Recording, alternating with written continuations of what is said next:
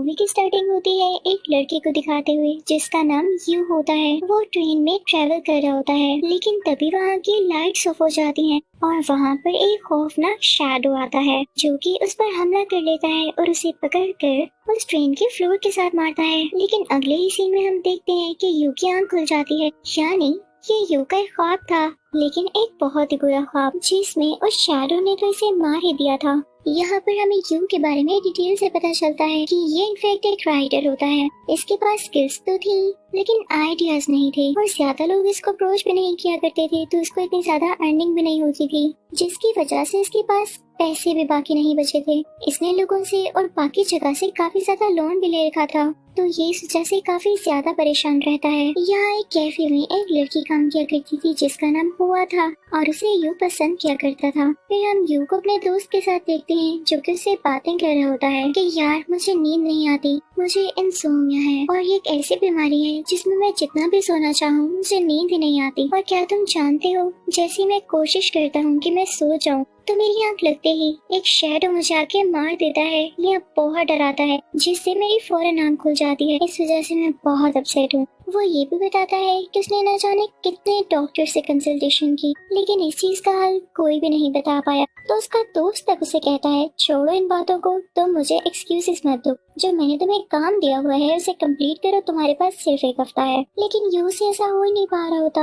You एक friend के घर में रहा करता था जिसका वो इस मंथ फ्रेंड भी पे नहीं कर पाता, तो उसे निकाल दिया जाता है। और वो सोचता है कि मुझे जिंदा रहने के लिए कुछ ना कुछ तो करना होगा, तो वो एक कैफे में जॉब कर लेता है। वो अपने लैपटॉप पर काम किया करता था। फिर अचानक से उसे नींद आ जाती है, लेकिन उसके ख्वाब में वही शैडो आकर उसे मार देता है। तो वो हड़बड़ा कर उठता है और कहता है कि न जाने ये क्या मसला है, मैं अपनी जिंदगी से बहुत तंग आ गया हूँ, ना मेरे पास पैसा है, ना घर, और ना मुझे नींद आती है, तो मैं अब अपनी जान ले लूंगा। इसी सोच में वो एक बिल्डिंग पर चढ़ता है ताकि सुसाइड कर सके। वो ऐसा इसलिए कर रहा था क्योंकि वो बार बार मरना नहीं चाहता था। वो वहाँ से जंप लगाने ही वाला होता है कि तभी एक बूढ़ा इंसान आके उसे बचा लेता है, जो कि उसे कुछ खाने को भी देता है। ये वही आदमी था जिससे यू ऑलमोस्ट रोज ही पैनकेक्स लिया करता था। तो यहाँ पर यू खाना खाने लगता है जो कि उसे बूढ़े आदमी ने दिया था। उसे लग रहा था जैसे वो बेचारा काफी भूखा हो। यू बूढ़े आदमी को भी अपनी सारी प्रॉब्लम बताता है, तो वो बूढ़ा आदमी कहता है कि घबराने की कोई बात नहीं, तुम जो ख्वाब देख रहे हो और वो शैडो तुम्हें मारने के लिए आए, तो तुमने सिर्फ इतना कहना है आई एम ड्रीमिंग, मैं तो बस एक ख्वाब देख रहा हूँ, तो देखना तुम इसको ओवरकम कर लोगे। फिर यू वहाँ से चला जाता है। वहाँ से वही लड़की हुआ नजर आती है जिसे वो पसंद करता है, लेकिन ये क्या, वो तो देखते ही देखते उसे शैडो में बदल जाती है। फिर एक स्वर्ड उसकी चेस्ट में घुसाने लगती है। तभी यू बोल पड़ता है आई एम ड्रीमिंग और उसकी आंख खुल जाती है। लेकिन यहाँ हैरानी वाली बात ये होती है, जिस स्वर्ड से उसे मारा जा रहा था वो स्वर्ड उसके हाथ में ही थी। तो वो काफी हैरान होता है। तब उसे जाके पता चलता है कि मैं तो ख्वाब से जाग चुका हूँ और ये असली दुनिया है। तो अब वो कुछ तरीके सीख रहा था ड्रीम्स और रियलिटी में फर्क करने के। अब यू काफी सोचने के बाद जब उस तलवार को देखता है तो वो उसे काफी यूनिक लगती है। तो वो सीधा एंशिएंट शॉप में जाता है जो पुरानी और यूनिक चीजों को खरीदा करती थी। तो यहाँ पर उसे पता चलता है कि जी हाँ, ये तलवार तो एंटीक है, काफी ज्यादा महंगी है और इसके बदले में उसे काफी ज्यादा पैसे मिलते हैं। तो वो उसे अच्छा सा खाना खाता है, आलीशान होटल में रहता है और इवन नया लैपटॉप भी खरीद लेता है। उसी जिंदगी काफी अच्छी लग रही थी, तो वो सोच में पड़ जाता है कि ये स्वर्ड मैंने अपने ख्वाब में देखी थी और इसे मैं अपने ख्वाब से तो लेकर आया हूँ। यानी मेरे अंदर ये पावर है कि मैं अपने ख्वाब से चीजों को बाहर की दुनिया में लेकर आ सकता हूँ। बस बेस्ट, ये तो बहुत अच्छा हो गया। वो सोचता है कि मैं आज रात दोबारा सोऊंगा इसी पर्पस से कि आज रात मुझे ख्वाब में जो भी चीज नजर आएगी मैं उसे अपने साथ ही से दुनिया में ले आऊंगा और उसे बेचूंगा और आहिस्ता आहिस्ता मेरे हालात ठीक होने लगेंगे। जब रात को वो सोता है तो वो शैडो दोबारा आता है और इस बार एक एंटीक एग्स उस पर अटैक करता है, लेकिन वो दोबारा से असली दुनिया में आ जाता है उसी एग्स के साथ। वो फौरन से जाकर उस एंटीक स्टोर में एग्स को बेचता है और अब की बार जो उसके पास पैसे आए थे वो बहुत ज्यादा थे, जिनको पाकर वो काफी खुश होता है क्योंकि वाकई उसकी जिंदगी तो 2 दिनों में चेंज हो गई थी। वो सोचता है कि मैं अब ऐसे ही किया करूंगा और उसे ये लगने लगता है कि उसके ख्वाब उसकी वीकनेस नहीं बल्कि उसकी स्ट्रेंथ बन रहे हैं। इसीलिए तो कहते हैं कि हर चीज में पॉजिटिविटी और स्ट्रेंथ ढूंढनी चाहिए। अब यू एक बुक लेता है जिसमें एक म्यूजियम की पिक्चर्स होती हैं। वो उनको देखता रहता है, उसमें बनी हुई एंटीक चीजों को भी देखता है ताकि उसे ख्वाब में वही आए और आज की रात वो और भी ज्यादा एंटीक और अच्छी चीज लेकर आए। अब जब यू सोता है तो उसे ख्वाब में वही म्यूजियम आता है तो वो बहुत खुश होता है, लेकिन अब की बार तो शैडो से मार डालता है। वो नींद से जाग जाता है और नींद की मेडिसिन लेते हुए दोबारा सो जाता है और अब की बार जब शैडो उस पर अटैक कर रहा होता है तो वो वहाँ से कुछ एंशिएंट चीजें उठा लेता है, असली दुनिया में आ जाता है। अब जब वो चीजें लेके दोबारा से एंटीक स्टोर में इनको बेचने जाता है तो यू की एक्टिविटीज एक गैंगस्टर नोट कर लेता है कि आखिर ये इतनी एंटीक चीजें लाता कहाँ से है। वो उसे क्वेश्चनिंग करने लगता है तो यू इस बात का जवाब ना देते हुए वहाँ से चला जाता है। कुछ ही दिन में हम देखते हैं कि यू का दोस्त उसके पास आता है और उससे कहता है,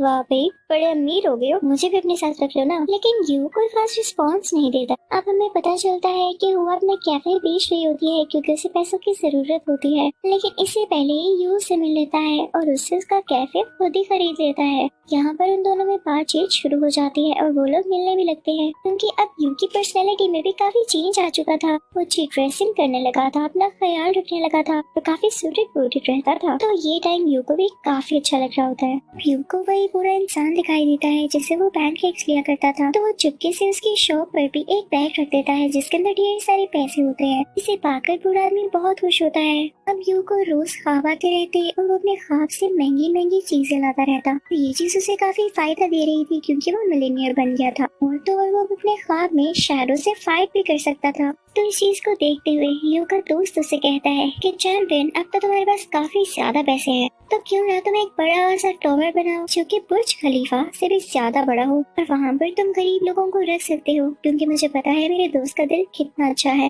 तो यू कहता है हाँ अच्छा आइडिया है। अब वो एक रात ख्वाब में उसी शैडो को देखता है जिसने सोने की काफी महंगी बेल्ट पहनी होती है, लेकिन यू जैसे उसे हाथ लगाता है तो उसके हाथ चढ़ने लगते हैं, लेकिन फिर भी उसे पकड़ के घर आ ही जाता है। यू जब शैडो की बेल्ट उतार रहा था तो शैडो ने अपने फिंगर से यू की चेस्ट पर कुछ निशान बना दिए थे, लेकिन यू ने इस पे ज्यादा ध्यान नहीं दिया। अब जैसे वो घर आता है तो दूर से एक स्वर्ड उसकी चेस्ट पर आकर लगती है, बिल्कुल उसी जगह पर जहाँ पर शैडो ने निशान बनाए थे। फिर एक रात यू को ख्वाब आता है कि उसने वो टावर बना लिया है और जब वो उसके रूफ टॉप पर जाकर देखता है तो उसे आज पहली बार शैडो का फेस देखने को मिलता है। वो कोई और नहीं बल्कि यू ही था। अब यहाँ पर यू के फेस पर एक निशान बन जाता है, बिल्कुल वैसा ही निशान जो कि शैडो ने यू को पहले दिया था। अब आहिस्ता आहिस्ता उसके फेस पर काफी ज्यादा निशान बनने लगते हैं। वो रोड पर चलकर जा रहा होता है और यही सोच रहा होता है कि तभी वहाँ पर गैंगस्टर के कुछ लोग आते हैं और उसे किडनैप करके ले जाते हैं। वहाँ पर जैसे ही यू पहुँचता है तो वो गैंगस्टर उसे कहता है कि मुझे तुमसे $10 मिलियन चाहिए। तो यू के दोस्त के जरिए वो $10 मिलियन ले जाए जाते हैं। अब जब गैंगस्टर को पैसे मिल जाते हैं तो वो यू के दोस्त को भी पकड़ लेता है और वो सारे लोग यू के घर ही आ जाते हैं। तभी वहाँ पर हुआ भी आ जाती है तो वो गैंगस्टर उसे भी पकड़ लेता है। वो गैंगस्टर अपने लोगों से कहता है कि इनकी जान ले लो। तो यू का दोस्त इन सब लोगों से लड़ने लगता है और यू भी उठ खड़ा होता है, लेकिन तभी यू की कमर में चाकू लग जाता है, वो जख्मी हो जाता है। गैंगस्टर के लोग यू के दोस्त को भी मार डालते हैं।